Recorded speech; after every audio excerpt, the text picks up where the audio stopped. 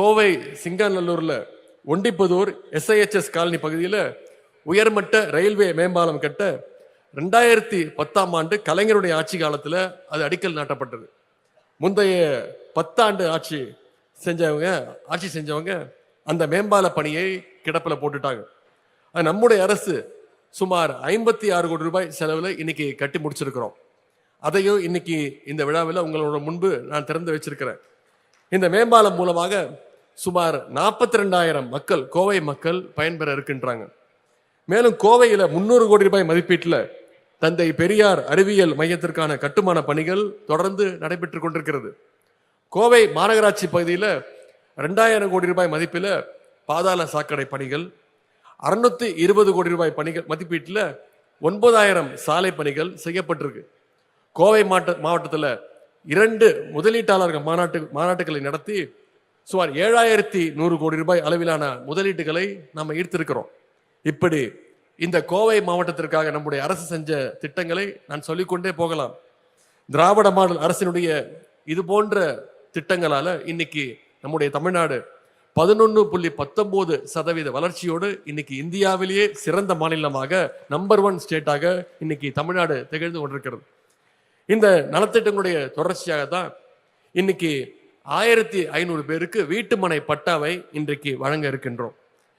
இந்த அரசை பொறுத்த வரைக்கும் பட்டாங்கிறது பொதுமக்களுக்கான உங்களுக்கான சலுகை கிடையாது, அது உங்களுடைய உரிமை.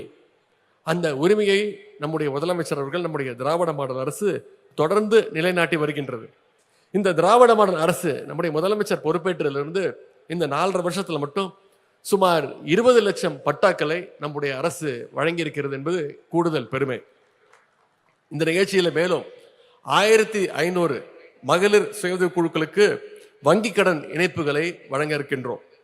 மகளிர் சுய குழுக்களுக்காக நம்முடைய முதலமைச்சர் அவர்கள் எதை கேட்டாலும் உடனடியாக அதை செய்து கொடுக்கக்கூடிய முதலமைச்சர் நம்முடைய முதலமைச்சர் அவர்கள்.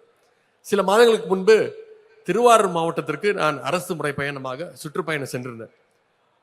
எந்த மாவட்டத்துக்கு சென்றாலும் அங்க இருக்கக்கூடிய குழுக்களை சேர்ந்த சகோதரிகளை சந்தித்து அவங்களோட பேசுவது, உரையாடுவது வழக்கம்.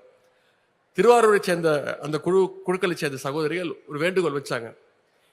எந்த மாநிலத்திலையும் இல்லை, நீங்க நம்முடைய தமிழ்நாட்டில் இதை அறிமுகப்படுத்துறோம், எல்லாருக்கும் ஐடி கார்டு கொடுக்குறீங்க, அரசு ஊழியர்களுக்கெல்லாம் ஐடி கார்டு இருக்கு, குழுக்களை சேர்ந்த எங்களுக்கும் நீங்க ஐடி கார்டு கொடுக்கணும் அப்படின்னு ஒரு கோரிக்கை வச்சாங்க. அந்த கோரிக்கையை முதலமைச்சர் கிட்ட போய் சொன்ன உடனே உடனடியாக அதை அப்ரூவ் செய்து முதலமைச்சர் அவர்கள் கொடுக்க சொன்னார். அந்த வகையில் தான் இன்னைக்கு தமிழ்நாடு முழுக்க குழு சகோதரிகளுக்கு அவங்களுடைய புகைப்படம், பெயர், குழு பெயரோட போட்டு இன்னைக்கு ஐடி கார்ட்ஸ்கள் கொடுக்கப்படு இருக்கின்றது. இதன் மூலம் குழு சகோதரிகள் அவங்களுடைய தயாரிப்பு பொருட்களை 25 கிலோமீட்டர் வரைக்கும், 25 கிலோ வரைக்கும் 100 கிலோமீட்டர் தூரத்திற்கு அரசு பேருந்துகள்ல கட்டணம் இல்லாம எடுத்துட்டு செல்ல போக முடியும். ஆகவே வங்கி கடன் இணைப்புகளை பெற்றிருக்கக்கூடிய குழு சகோதரிகள் அத்தனை பேருக்கும் மீண்டும் என்னுடைய வாழ்த்துக்களை நான் தெரிவித்துக் கொள்கின்றேன். அதே போல் இந்த நிகழ்ச்சியில 211 மாற்றுத்திறனாளிகளுக்கு நாம நலத்திட்ட உதவிகளை வழங்க இருக்கின்றோம். கலைஞர் அவர்கள்தான் மாற்றுத்திறனாளிகளுக்கு என்று ஒரு தனி துறையை உருவாக்கினார்.